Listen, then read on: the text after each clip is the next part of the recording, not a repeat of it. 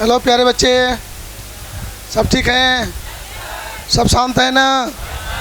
आवाज़ भी आ रहा है, शांत है तो चलिए ठीक है। तो हम कुछ बात पूछते हुए आगे बढ़ेंगे। कल जो बात चर्चा किए थे, हम किसी को भी खड़ा कर देंगे अचानक और उम्मीद करेंगे हमको जवाब मिले। ठीक है, जवाब देने के बाद हम आगे बढ़ेंगे। रेडी? हाँ, देखते हैं किसमें कितना कम दम है।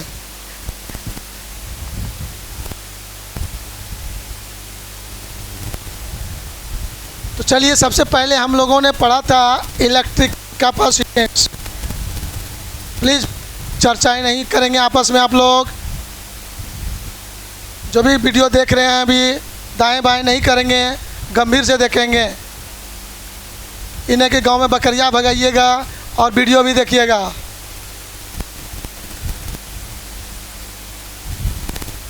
इलेक्ट्रिकल कैपेसिटेंस शुद्ध वर्ड है विद्युत।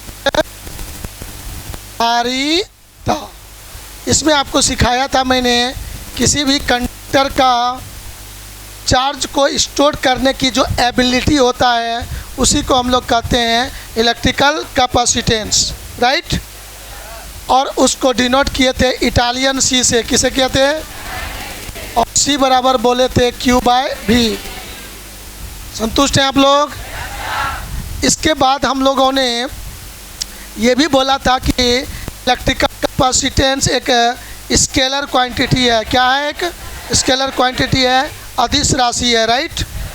चलिए, बहुत सिंपल बात है, यह हमारा एक स्केलर क्वांटिटी है, अदिश राशि है।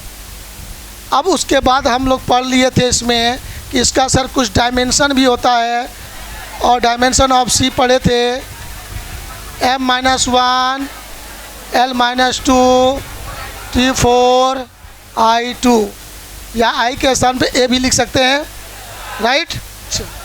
उसके बाद हम लोग पढ़े थे SI यूनिट। क्या पढ़े थे? SI unit of C। तो हमारा जवाब है कूलम पर वोल्ट, को हम लोग बोले थे फैराड।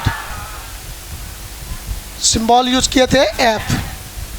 अब उसके बाद हम लोग पढ़े थे CGS यूनिट ऑफ कैपेसिटेंस। तो पढ़े थे हम लोग, क्या पढ़े थे? State coulomb per state volt, state farad पढ़े थे, नहीं। और हम लोगों ने एक रिलेशन भी पढ़ा था, वन स्टेट। अब ध्यान दीजिएगा, ये CGS यूनिट तो है, लेकिन कभी कभी हो सकता है आपको डिस्टर्ब करने के लिए पूछ देगा इलेक्ट्रोस्टैटिक यूनिट ऑफ कैपेसिटेंस। तो जवाब आपका यही होगा, ठीक है ना? संतुष्ट हैं आप लोग? चलिए, बहुत सुंदर बात, आप लोग अच्छे अच्छे बच्चे हैं। अब देखिएगा, आपके पास लाइफ में एक चीज़ और था, इलेक्ट्रोमैग्नेटिक यूनिट।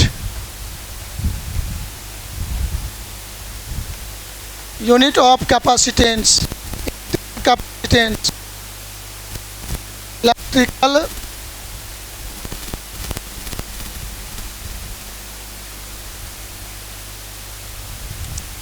अच्छा, इसमें एक चीज़ हमने छूट गया sir. 1 farad is equal to 9 × 10⁻11 state farad. एक ऑब्जेक्ट एक बार उल्टा पूछ दिए थे क्वेश्चन में, बोर्ड एग्जाम में, 1 स्टेट फैराड बराबर डैश फैराड। अब पहला ऑप्शन में यही था 9 × 10⁻11। तो जो बच्चे गौर से नहीं इसको ध्यान देंगे बात को, वो तुरंत टिक मारेगा, देरी नहीं करेगा। तो आप लोग को सावधान करा दिए, उल्टा भी पूछ सकता है, तो वहाँ हो जाएगा 1/9 × 10⁻11। होगा कि नहीं होगा? वो ध्यान से जवाब देंगे, सोच के जवाब देंगे। तो electromagnetic unit of electrical capacitance. तो ध्यान दीजिएगा, यहाँ पर चार्ज का EMU यूनिट का सिंबल लिखेंगे AB कूलम। क्या लिखेंगे? ए बी कूलम लिख दीजिएगा, सिंबल है, और वोल्ट का लिख दीजिएगा ए बी वोल्ट। और तब हम लोग कहने लगेंगे ए बी फैराड। क्या कहेंगे? ए बी फैराड हम लोग कहने लगेंगे। तो electromagnetic unit of electrical capacitance A B farad बोलेंगे। क्या बोलेंगे? तो सर यह ए बी फैराड जो होगा इसको हम लोग ध्यान देंगे। 1 ए बी फैराड जो आपका होगा, इसको ध्यान से देखिएगा, ये 10 पावर 9 फैराड के बराबर होगा। कितना होगा? 9 फैराड के बराबर होगा। अब इसको ध्यान में रखेंगे, क्योंकि एक चीज़ आपने देखा था कि सर एक चीज़ मन में आपको आ जाएगा कि आपको सिखाया था मैंने 1 ए बी कूलम। यदि बात करें A B C, A B coulomb मतलब शॉर्ट में ए बी सी बोल सकते हैं, तो याद आएगा आपको 10 कूलम के बराबर होगा। और 1 A B volt, 1 A B volt जो होगा ये हो जाएगा आपका 10 पावर -9 वोल्ट हो जाएगा। अब इस दोनों मान को जब आप पुट करिएगा तो आपका ये रिजल्ट आपका यहाँ क्लियर हो जाएगा। इस तरह से आपका आंसर हो जाएगा 10 पावर 9 फैराड हो जाएगा। तो यहाँ पर एक इम्पॉर्टेंट चीज़ है जिसको हम लोगों को दिमाग में सेट रखना है, और इस तरह से हम लोग आगे बढ़ना है। आगे बढ़ूँ अब? Yes sir. तो ये सब सिंपल चीज़ है जो पहले दिन पिछले दिन का था। एक वो नया लाइन खाली ये तो जोड़े हैं, बाकी सब डायरेक्ट आपको याद रखना है।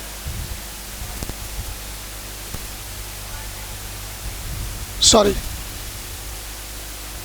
Sorry sir.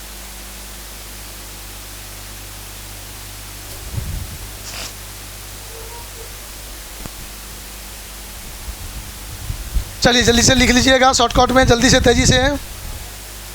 वाह, बहुत अच्छे बच्चे हैं आप लोग, तेज़ी लिखते हैं। वाह वाह, धन्यवाद।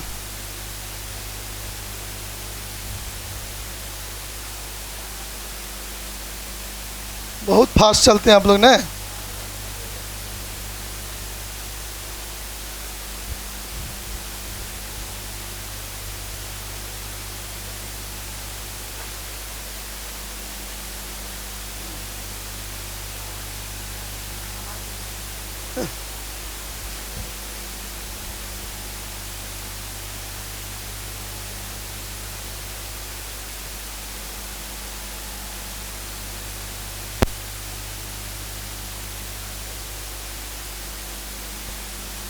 आगे बढ़ूं? अब चलिए, ये था हमारे पुराने बात। इसमें सारे लाइन में ऑब्जेक्टिव हैं, सभी लाइन आपके क्या हैं? ऑब्जेक्टिव हैं। हम बच्चों को इसको दिमाग में जहन में सेट कर रख लेना। अब यहाँ से थोड़ा सा थ्योरी करेंगे। अच्छा ये बताइए, आपको तो पिछले क्लास में यहाँ पर डिस्कशन में ये दिखाने का मैंने कोशिश किया था, C is constant, C is constant for a particular conductor। किसी खास चालक के लिए C का वैल्यू क्या होता है? कांस्टेंट होता है। आपको ये बताने का मैंने कोशिश किया था पिछले क्लास में, दिमाग में सेट करने का कोशिश किया था कि ये कैपेसिटेंस वर्ड कैपेसिटी को बता रहा है, भोजन करने का कैपेसिटी। और उसमें आपको सिखाने का मैंने कोशिश किया था, यदि मेरा कंडक्टर ये है तो इसके लिए 2 ठो भोजन है, एक चार्ज का भोजन और हीट का भोजन है। तो चार्ज का भोजन ग्रहण करने से इसका पोटेंशियल राइज करता था, और हीट भोजन करने से इसका टेम्परेचर राइज करता था। माइंड में सेट है? और इसमें यह बता दिया था कि इसका चार्ज को स्टोर करने की जो एबिलिटी है कांस्टेंट है। क्या है? कांस्टेंट है। लेकिन हम मनुष्य लोग अपने लाइफ में कई बार ऐसा अनुभव किए हैं कि सर हम लोगों का भी, प्रत्येक बच्चों का भोजन करने का कैपेसिटी कांस्टेंट है, लेकिन हम लोग के लाइफ में कई बार ऐसा मौका आ चुका है कि जब चटनी सलाद थोड़ा एक्स्ट्रा मिल जाए तो 2 कोर ज़्यादा चल जाता है, भोजन करने का कैपेसिटी बढ़ जाता है ड्यू टू चटनी और सलाद। बात समझिएगा गौर से। मैं लगेगा आपको कि सर ने गप शुरू कर दिया, लेकिन मैं चले आऊँगा फिजिक्स में और आपको बताना चाहूँगा, ध्यान से देखेंगे आपका पॉइंट क्या है। तो मैंने अभी आपको सिखाया कि आपके अपनी भोजन करने की कैपेसिटी थोड़ा सा एक्स्ट्रा चटक मटक चीज़ होने से भोजन करने का कैपेसिटी बढ़ जाता है। तो भाई मेरे, ये कंडक्टर भी हम ही लोगों के जैसा, ये भी एक इंसान है, जीव नहीं है, लेकिन ये भी हम ही लोगों जैसा व्यवहार करता है। यदि इसको भी चटनी सलाद दे दोगे तो ये भी अपना भोजन आवश्यकता से अधिक करने लगता है, इसका भी कैपेसिटी बढ़ जाता है। तो प्रश्न उठेगा मेरे पास कि सर इसके लिए चटनी और सलाद क्या है, वो ना बताइए, राइट। अब चले आइएगा, मैं आपके बीच गप करता हूँ, समझने का कोशिश करेंगे पूरी ईमानदारी से। सर मैंने अभी चटनी और सलाद किया, तो सारे बच्चे ये समझो कि मेरे पास एक कंडक्टर है, या एक कंडक्टर है मेरे पास, और इसका अपना कुछ रेडियस होगा आर मान लो, और इस पर यदि आप चार्ज देते हो प्लस क्यू तो सरफेस पर चार्ज डिस्ट्रीब्यूट हो जाता है, और इसके सरफेस पर कोई बिंदु लेते हैं, वहाँ पोटेंशियल भी बराबर लिखते हैं 1/4 pi epsilon nought into Q by R. Confirm है? इसमें थोड़ा भी कन्फ्यूजन आप लोगों के पास नहीं होना चाहिए। और जब ये नहीं है तो ये बताइए इसके सराउंडिंग में अभी है क्या सब चीज़? दाल भात चोखा जो हम लोग स्टूडेंट लोग बराबर खाते पीते हैं, मतलब किसी कंडक्टर को कहीं रखिएगा तो उसके सराउंडिंग में फ्री स्पेस एयर मान सकते हो कि नहीं? तभी तो हम लोगों ने ये फार्मूला लिखा। और फ्री स्पेस है तो वहाँ पर उसका परमिटिविटी परावैद्युतता आपको याद है कि क्या लेते हैं हम लोग? Epsilon not. क्या लेते हैं? Epsilon not which is constant. Epsilon not constant value. कितना वैल्यू होता है मालूम आपको? 8.854 इंटू 10⁻⁻12 होता है ना। चलिए बहुत सुंदर बात। अभी ऐसा स्थिति है तब तो ठीक है सर, लेकिन कहता है, अब चटनी सलाद देख लीजिएगा आप लोग, सराउंडिंग मीडियम को ही बदल दें, एयर को हटा के कोई दूसरा मीडियम उसके चारों तरफ ला दें, तो जैसे दूसरा मीडियम लाएंगे तो इसका सराउंडिंग मीडियम बदल जाएगा। मतलब यही हो गया चटनी और सलाद। मतलब कंडक्टर के सराउंडिंग में थाली में दाल भात चोखा था, कम खाते थे, और थाली में थोड़ा सजा दो, इधर चटनी, इधर थोड़ा सा पापड़, इधर अगला रतवा ततवा अगलम बड़म, तो उसको जैसे सलाद दे देंगे तो मन ढेर खाने का करेगा कि नहीं? कैपेसिटी बढ़ जाएगा। भाई मेरे, इस कंडक्टर के लिए जैसे सराउंडिंग मीडियम चेंज कर देंगे, ये मीडियम मैंने रख दिया कोई दूसरा मीडियम, तो माय डियर बच्चों इस मीडियम का परमिटिविटी आप जानते हो क्या होता है? परमिटिविटी आप कहेंगे एप्सिलॉन। क्या कहेंगे? Epsilon which is equal to epsilon nought into epsilon R. जल्दी बोलो। अब यहाँ पर ऐसे स्थिति में इसका पोटेंशियल भी का मान गौर से देखना, क्या लिखोगे? 1/4 pi epsilon into Q by R. आपने चार्ज नहीं बदला, आपने रेडियस नहीं बदला, सराउंडिंग मीडियम बदल दिया। तो फार्मूला में चेंज देखा आपने कॉन्फिडेंस के साथ। तो अब यहाँ पर देखोगे 1/4 pi epsilon nought into epsilon R into Q by R कहोगे कि नहीं? अब देखिए डिनोमिनेटर, इसका जो डिनोमिनेटर है, नीचे वाला जो टर्म है, इसके रिस्पेक्ट में बढ़ गया कि घट गया? डिनोमिनेटर में एक नया टर्म आ गया एप्सिलॉन आर, बढ़ गया ना। तो नीचे का टर्म बढ़ गया तो होल रिजल्ट घट जाएगा। तो अब हम लोगों के पास एक सिंबल यहाँ चुनते हैं V1, यहाँ सिंबल देते हैं V2। तो अब तुम लोग कहोगे V2 लेस देन V1। जल्दी बोलो। पोटेंशियल डिक्रीज किया कि इंक्रीज किया? पोटेंशियल डिक्रीज किया ना। तो माय डियर बच्चों कैपेसिटेंस C बराबर Q/V, और यदि V डिक्रीज कर रहा है घट रहा है तो कन्फर्म है कि सी इंक्रीज करेगा। जल्दी बोलो, इंक्रीज करेगा ना। तो भाई मेरे मीडियम को मैंने रखा, चटनी सलाद दिया, भोजन करने का कैपेसिटी बढ़ गया। राइट, 100% संतुष्ट है। कोई मन में क्वेश्चन उठा? सोच में नहीं किया तो क्वेश्चन कहाँ से आएगा? जो बोलते जा रहे हैं हाँ हाँ करते जा रहे हैं। मजबूरी हाँ करना भी पड़ेगा, ना करने का कोई चांस कहीं है नहीं। हो गया ना।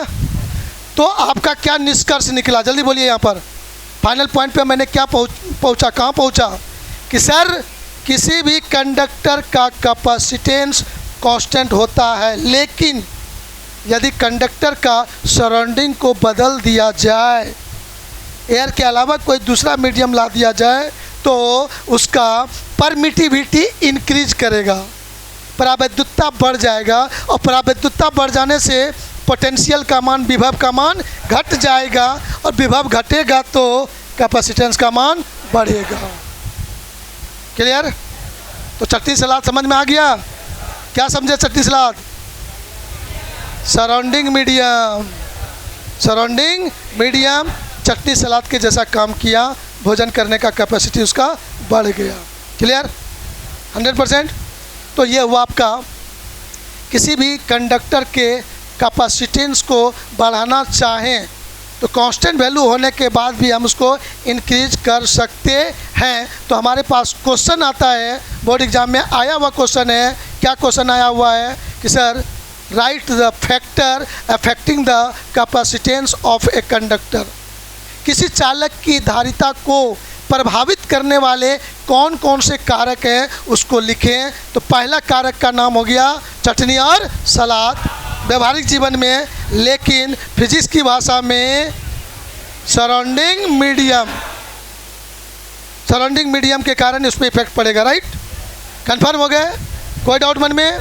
चलिए, लगता है कोई बच्चा कुछ पूछना चाहता है आपको, जिसको रफली क्या लिखिएगा उसमें आपको लिखने का मौका देंगे। ठहर जाइए ज़रा सा।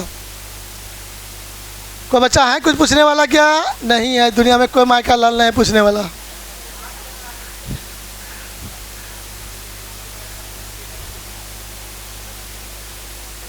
चलिए, इसमें कुछ बचा ही नहीं पूछने के लिए। लेकिन सर ठहरो, तो यहाँ पर क्वेश्चन क्या रहेगा जो हम लोग इसको लिखेंगे? क्वेश्चन अभी बोले थे हम, है ना? तो सीरियली उसको समझिए और उसके बाद हमको क्वेश्चन पूछे आपको देंगे तब लिखेंगे। क्या क्लियर हो गया ना सब बात? नहीं ललन कुमार लिखिए तो ये लोग बौखने लगेगा। तो ये जो बढ़ा रहे हैं तो क्वेश्चन क्या बना आपका? क्वेश्चन बना यहाँ पर right factor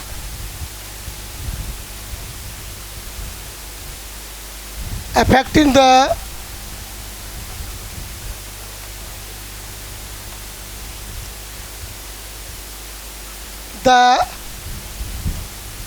capacitance of conductor।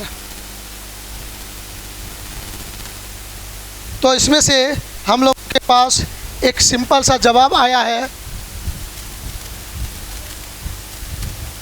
चालक की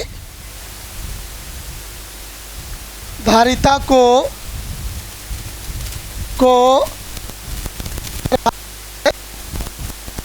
करने वाले कारक को लिखे।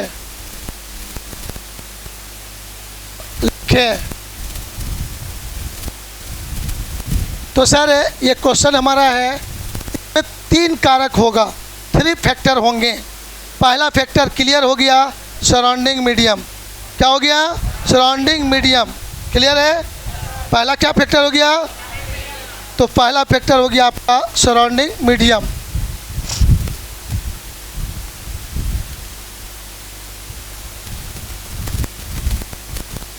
सराउंडिंग मीडियम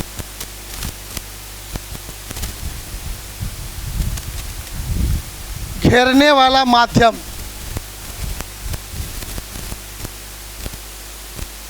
चटनी सलाद का काम किया इसने।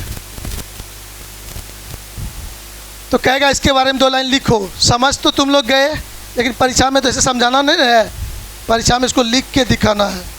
तो शॉर्टकट में हम लोग लिखेंगे क्या, आइए यहाँ पर रेडी है, जगह मेरे पास है, हम लिखते हैं इसको।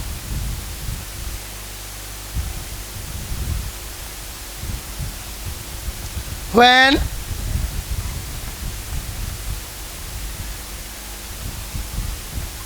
surrounding medium, पे चेंज करके हिंदी लिखेंगे, when surrounding medium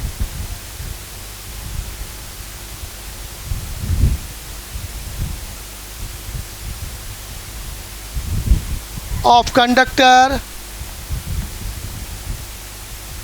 changes, then permittivity of the medium increases,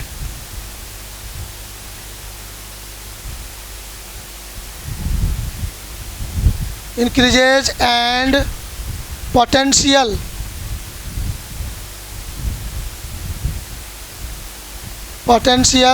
decreases,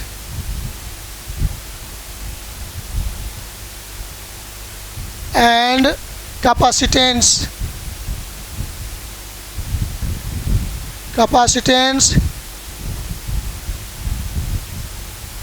increases। जितनी बातें समझाया गया है वो लैंग्वेज में आपके सामने आ गया। इसमें ऑब्जेक्टिव क्वेश्चन भी पूछ सकते हैं और 2 मार्क्स के क्वेश्चन भी पूछेंगे। तो आपको इस तरह से वहाँ पर सेंटेंस लिख देना है, सेंटेंस क्यों कैसे आया आपके दिमाग में सेट हो जाना चाहिए। तो पेज चेंज करने के लिए तैयार हैं हम लोग।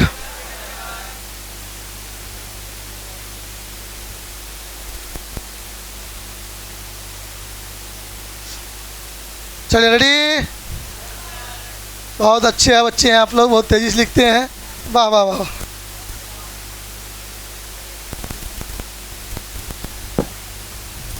जुट्ठा बड़ा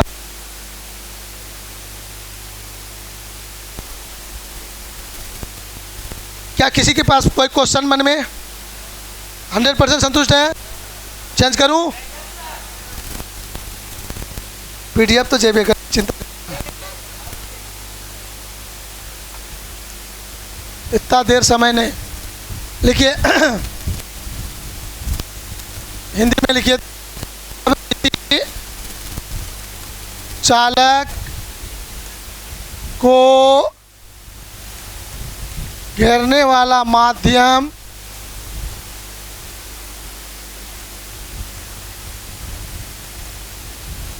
बदल दिया जाए तो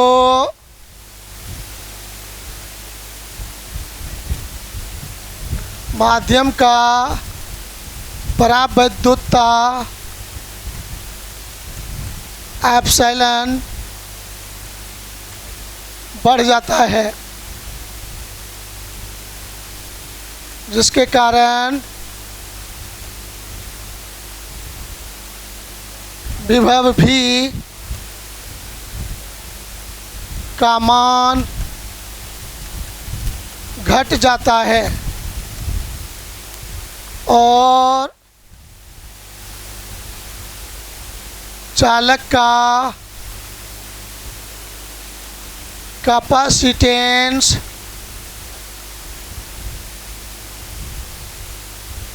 धारिता, हिंदी वर्ड क्या है?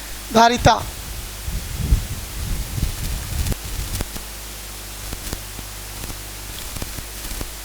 बढ़ जाता है।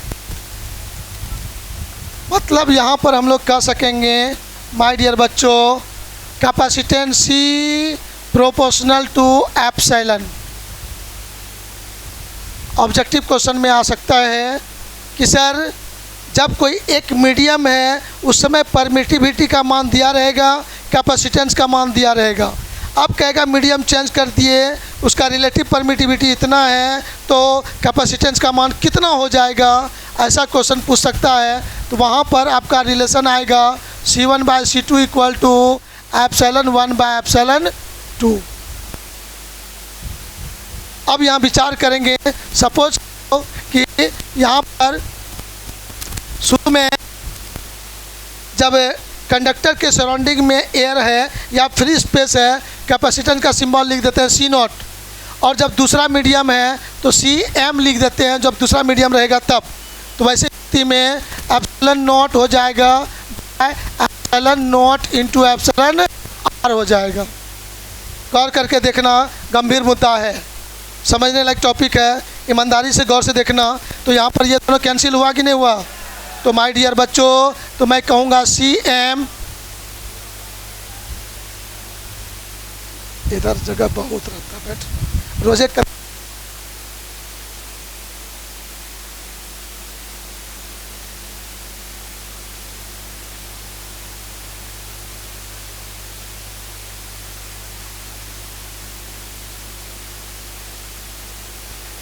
सी एम इक्वल टू मैं लिखूंगा sir C nought into epsilon R, लिखेंगे कि नहीं? जो मीडियम रहेगा, मीडियम का परमिटिविटी आप लोगों को पता है कभी दिया हुआ नहीं रहेगा। क्या दिया रहेगा? रिलेटिव परमिटिविटी दिया रहेगा, आपको याद है मन में? अपेक्षित परावैद्युतता एप्सिलॉन आर दिया रहेगा, तब उस समय कैपेसिटेंस कितना होगा। तो डायरेक्ट मेरे पास हथियार हुआ, किसी मीडियम में कैपेसिटेंस का मान हवा में कैपेसिटेंस का कितना गुना? एप्सिलॉन आर गुना होता है। ऑब्जेक्टिव क्वेश्चन खट से बनेगा, चाहे न्यूमेरिकल टाइप का ऑब्जेक्टिव हो या थ्योरेटिकल ऑब्जेक्टिव हो, यहाँ से हम जवाब दे सकते हैं। राइट? संभव है? संभव है? एप्सिलॉन आर क्या है यहाँ पर? Relative permittivity which is greater than epsilon R is greater than 1। 1 भी होता है किसके लिए? एप्सिलॉन आर का भी मान 1 होता है ना, लेकिन किसके लिए? फ्री स्पेस बोलो या हवा, तो जल्दी नहीं होना चाहिए। हवा में 1 नहीं होता 100%, 1.00 कुछ होता है ना, लेकिन हम लोग काम चला लेते हैं। फ्री स्पेस और एयर दोनों के लिए 1 लिख के थ्योरी पढ़ के काम चला लेते हैं। तो लेकिन यहाँ जैसे कोई मीडियम रखे हैं तो वहाँ पर रिलेटिव परमिटिविटी एप्सिलॉन आर का मान क्या कहेंगे? Greater than 1। राइट? चलिए, कुछ बच्चा मेरा टिंग टिंग कर रहा है इधर। हाँ, कोई बच्चा पूछने वाला जी? हाँ,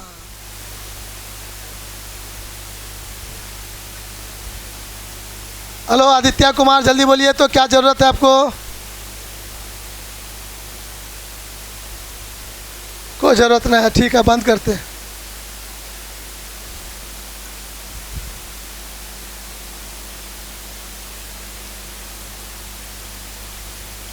बोलो बाबू, वैष्णवी कुमारी क्या है रे बाबू? कौन सा रे? यूट्यूब में वीडियो दे दिए हैं, ध्यान देना, ठीक है। और उसका आज समरी शुरू में दे चुके हैं, गौर से देखिएगा। आज जितना शुरू में बताएं ना, उसका समरी दे के आगे बढ़े हैं, इसलिए नो एनी प्रॉब्लम। वीडियो वहाँ देख लीजिएगा यूट्यूब में, ठीक है।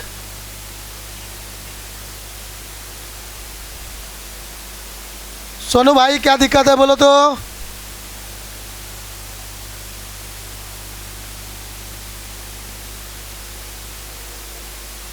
चलिए, कोई दिक्कत नहीं। अब यहाँ पर क्लियर हो गया। आप यहाँ पर गौर से देख रहे होंगे, 2 तरह के आपके ऑब्जेक्टिव क्वेश्चन आने का चांसेस उठेंगे। कभी एक मीडियम है, उसका रिलेटिव अपेक्षित एप्सिलॉन दिया हुआ रहेगा, एप्सिलॉन 1, उस समय कैपेसिटेंस दिया रहेगा। अब मीडियम चेंज करके दूसरा मीडियम लाएगा, उस समय उसका परमिटिविटी दिया रहेगा, तब कहेगा उसका कैपेसिटेंस कितना होगा। ये ऑब्जेक्टिव क्वेश्चन बन सकता है। फिर दूसरा मीडियम का रिलेटिव परमिटिविटी दिया रहेगा, एप्सिलॉन आर, कहेगा उसका कैपेसिटेंस कितना होगा। हवा जब था उस समय कैपेसिटेंस दिया रहेगा। तो इस तरह से ऑब्जेक्टिव क्वेश्चन आपके बन सकते हैं, ठीक है ना। चलिए, हमारे पास प्रॉब्लम चेंज हो रहा है यहाँ पर। अब सर बात रही, दूसरा पॉइंट हमारे पास आएगा, दूसरा फैक्टर कौन सा है। तो मैं लिखने के पहले बात करता हूँ, तब लिखूँगा। अब चटनी सलाद का बात ख़त्म हो गया। दूसरा पॉइंट आ रहा है जो हमारे व्यवहारिक जीवन से जुड़ी हुई बातें हैं। सुनने के लिए तैयार हैं आप लोग? आप हम सभी बच्चों को अपने जीवन में एक चीज़ देखने को मिला होगा, जब आप इतने बड़े थे, याद है कुछ आप लोगों को? कुछ नहीं गुरुजी याद है। अच्छा ठीक है, याद नहीं है लेकिन मैं कुछ बोल रहा हूँ। अभी समाज में आप दूसरे को देख रहे हैं, वो तो अनुभव होता होगा कैसे पेंटे में सुसु करता है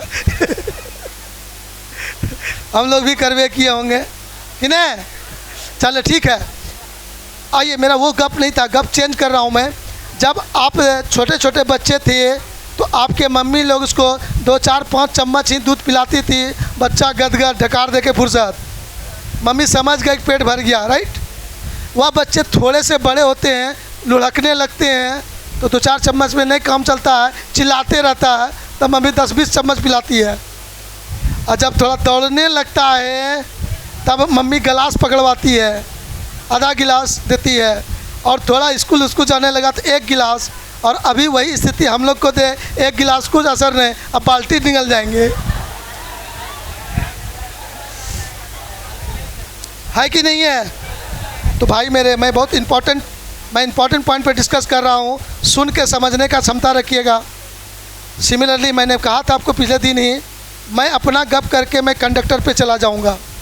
सर ये कंडक्टर अभी है, इसकी अपनी चार्ज को स्टोर करने की एबिलिटी निश्चित है, कांस्टेंट है। अब यदि इसके एरिया को बढ़ा दें तो लगता है कि कैपेसिटी बढ़ जाना चाहिए।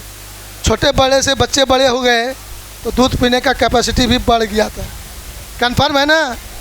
तो सर इस चालक का भी एरिया को बढ़ा देंगे, इसका भी चार्ज को स्टोर करने का एबिलिटी बढ़ जाएगा।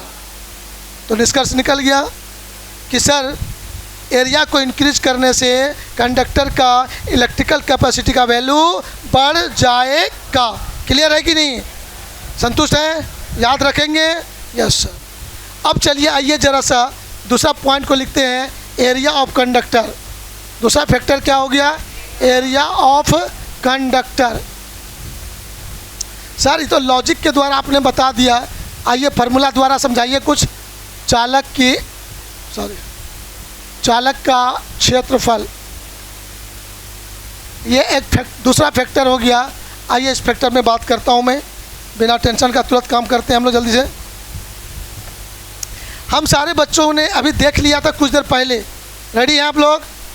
ये एक कंडक्टर मेरे पास है, इसका रेडियस मेरे पास R है या R1 देते हैं, तो यहाँ पर पोटेंशियल लिखेंगे V1, एरिया लिखेंगे A1, कैपेसिटेंस लिखेंगे C1, राइट? अब इस पे चार्ज दिया था आपने Q, तो इसका पोटेंशियल हुआ था V1, और V1 लिखेंगे तो कहोगे 1/4 pi epsilon nought into charge by R1।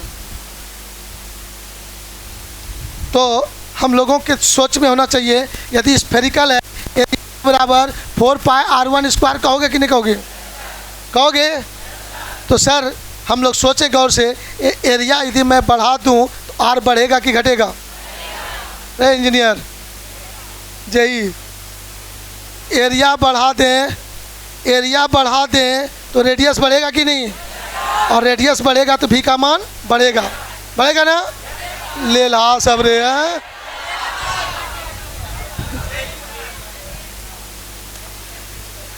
Sir ये एरिया को मैं इंक्रीज करूंगा, एरिया इंक्रीज करेंगे, R रेडियस इंक्रीज करेगा, R इंक्रीज करेगा तो भी डिक्रीज होगा। संतुष्ट है कि नहीं है?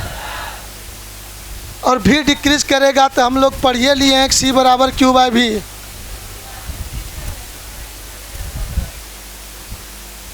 और भी हम लोग देख चुके हैं कुछ देर पहले एकदम आराम से कि भी यदि डिक्रीज किया गुरुजी तो ये क्या हो जाएगा? इंक्रीज करेगा। तो जो हम लॉजिक दिया था व्यवहारिक जीवन से जोड़कर प्रूफ हो गया कि एरिया बढ़ाने से इलेक्ट्रिकल कैपेसिटी का मान बढ़ जाए। संतुष्ट? सोनवा सूत्र आ रहे, उठा के बोलना पड़ता है ना गाँव वालों, सुनिएगा आप लोग। ऑफलाइन में उठा उठा के पढ़ाना पड़ता है। चलिए उसको लैंग्वेज में लिख लेते हैं जल्दी से। व्हेन, अच्छा देखिए ये लाइनें यदि हुआ तो शॉर्टकट में यहाँ बोल सकता हूँ ना, सी प्रोपोर्शनल टू ए, क्या कहेंगे, सी प्रोपोर्शनल टू ए। तो मतलब दो अलग अलग स्थिति में C1/C2 इक्वल टू A1/A2 कह सकेंगे हम लोग, कह सकेंगे। ऑब्जेक्टिव क्वेश्चन बन सकेगा यहाँ पर, जवाब दे सकेंगे। राइट, आगे बढ़े।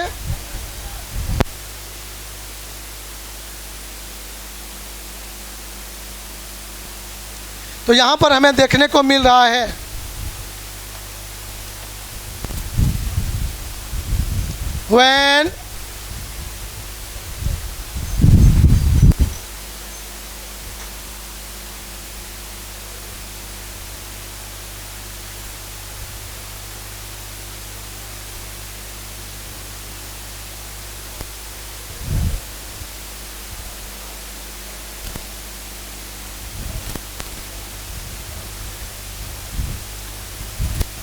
when area of conductor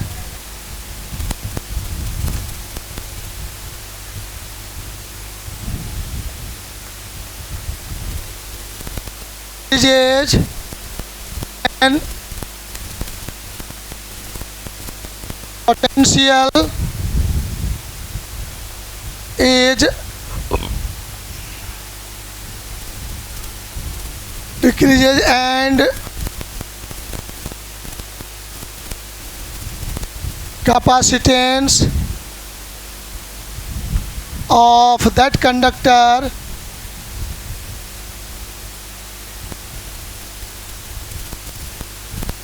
increases।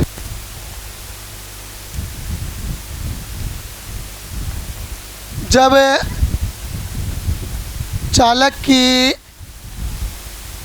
चालक का एरिया क्षेत्रफल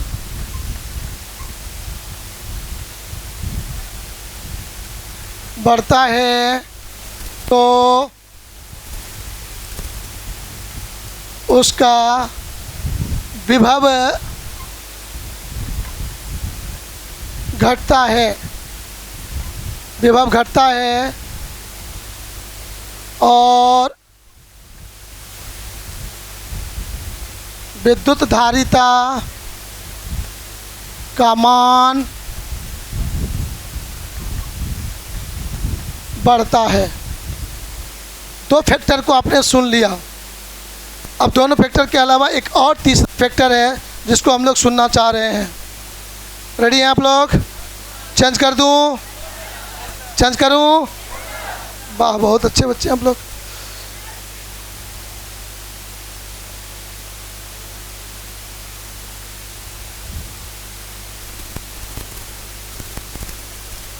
तो चलिए तब तक लिखते हैं आप लोग, जब तक गप ही सुनेंगे मेरा।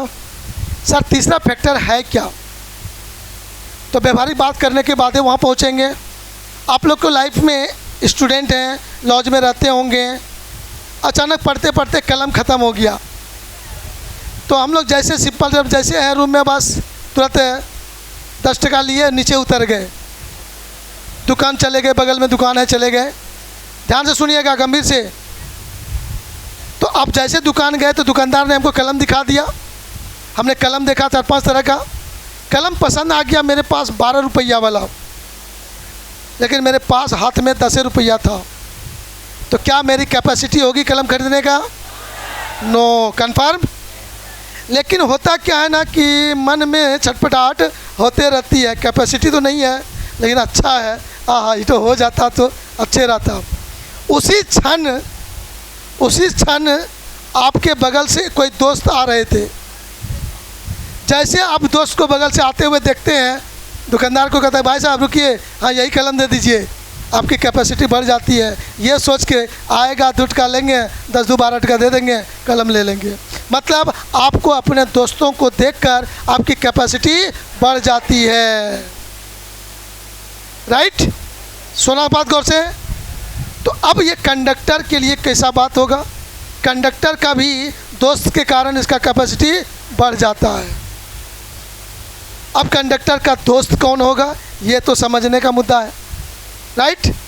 तो कंडक्टर का दोस्त, आपका दोस्त, आपका इंसान आप थे तो दोस्तबा भी इंसान ने था। तो कंडक्टर निर्जीव वस्तु है तो इसका दोस्तबा भी दूसरा कंडक्टर होगा। तो उसको कहेंगे पड़ोसी चालक। क्या बोलेंगे? पड़ोसी चालक के कारण नेबरहुड कंडक्टर। क्या बोलेंगे? Neighbourhood conductor. पड़ोसी चालक के कारण किसी भी कंडक्टर का, चार्ज कंडक्टर का कैपेसिटी बढ़ जाता है। अब ये बातें कहाँ से आएगा, ज़रा सा हम लोग उसको जल्दी से 2 मिनट में सुन के ख़त्म करते हैं। आइए गौर से देखते हैं बाबू लोग। नंबर तीसरा,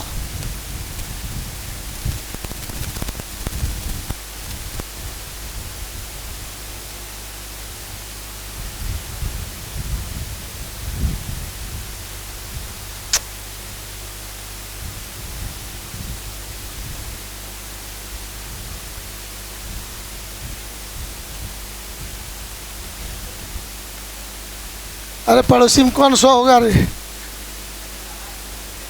जो लिखा गया सही है। आइए गौर से देखेंगे। एक चीज़ तो आप लोगों ने लाइफ में पढ़ा था, मेथड ऑफ चार्जिंग। आवाज़ में कमी दिखाई पड़ा। मेथड ऑफ चार्जिंग पढ़े थे। आवेशन की विधियाँ, स्पर्श कराने के बाद, फ्रिक्शन के बाद, और चार्जिंग बाय इंडक्शन। ना स्पर्श कराएंगे ना फ्रिक्शन कराएंगे, बगल में खाली लाके रख देंगे। यदि ये चार्ज कंडक्टर है, बगल में कोई दूसरा कंडक्टर लाके रखेंगे, स्पर्श नहीं कराएंगे, तो ये चार्जलेस कंडक्टर भी चार्ज हो जाता है कि नहीं। तो इसको चार्ज कराने के लिए वहाँ पर इलेक्ट्रिक एनर्जी का खर्च होगा। इसका इलेक्ट्रिक एनर्जी क्या होता है, वहाँ पर एक्सपेंस होता है, खर्च होता है। तो जैसे एनर्जी खर्च होगा, पोटेंशियल रिलेटेड विथ एनर्जी खर्च होंगे, मतलब इसका पोटेंशियल डिक्रीज करेंगे। पोटेंशियल जैसे डिक्रीज करेंगे, कैपेसिटेंस बढ़ जाएगा। क्या हो जाएगा? बढ़ जाएगा, राइट। तो लिखेंगे हम लोग वही बात। When a uncharged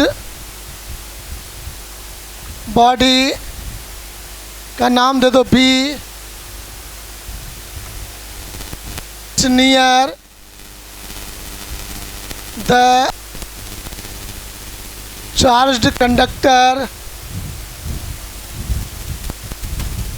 charge conductor, then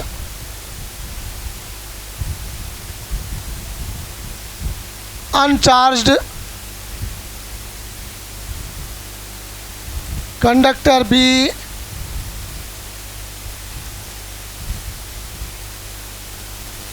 gets charged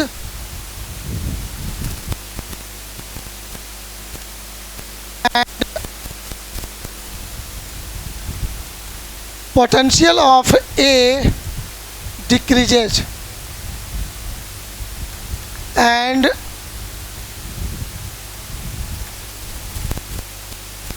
percent of charged conductor A increases।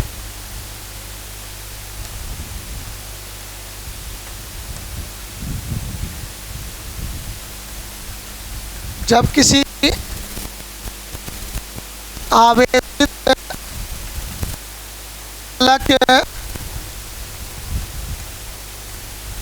एक के निकट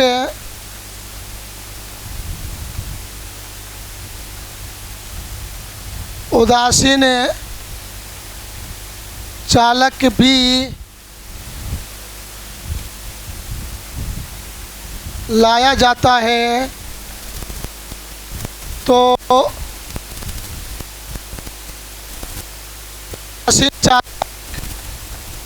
उदासीन चालक भी आवेशित हो जाता है, आवेशित हो जाता है, जिससे चालक ए का विभव घट जाता है और ए का विद्युत धारिता